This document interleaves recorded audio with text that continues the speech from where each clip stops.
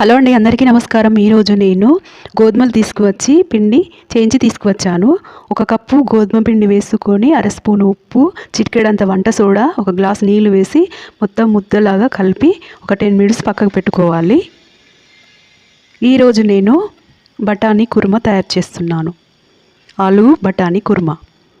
ఆలుగడ్డ తీసుకొని దీనికి ఒక 4 హోల్స్ పెట్టాలి, తొందరగా కుక్ అవుతుంది. ఇలా కత్తితో హోల్స్ పెట్టి నీళ్ళు వేసి కుక్ చేసుకోవాలి. బఠానీలో ప్రోటీన్ ఉంటుందండి, ఐరన్, పీచు పదార్థం ఉంటుంది. క్యారెట్లో ఏ విటమిన్ ఉంటుంది.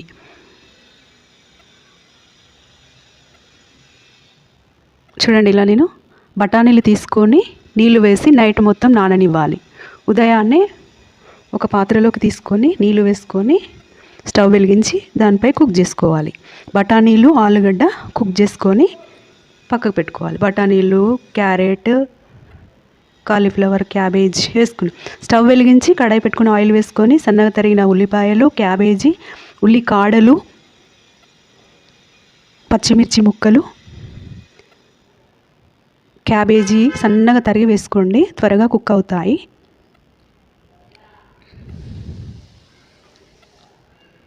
ఒక 10 మినిట్స్ అలా 5 మినిట్స్ అలా కుక్ చేసుకోండి. 1 స్పూను సాల్ట్,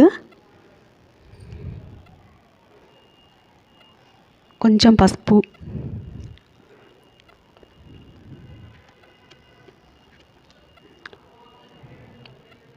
ఆలుగడ్డ కుక్ చేసుకున్నాక దానిపైన స్కిన్ తీసి ఇలా కట్ చేసి వేసుకోండి. ఇలా ఒక 5 మినిట్స్ కుక్ అయ్యాక ఇలా అవుతుంది, తీసి పక్కకు పెట్టుకోండి. ఇప్పుడు ఈ పిండి తీసుకొని చిన్న ముద్దలా చేసుకొని ఇక్కడ పూరిలా తయారు చేసుకోండి. చాలా ఈజీగా చేసుకోవచ్చు అండి, చక్కగా ఉదయాన్నే బ్రేక్ఫాస్ట్ లాగా తయారు చేసుకోవచ్చు. స్టవ్ వెలిగించి కడాయి పెట్టుకుని ఆయిల్ వేసుకుని అందులో ఇలా చక్కగా చూడండి ఎంత బాగా వస్తుందో.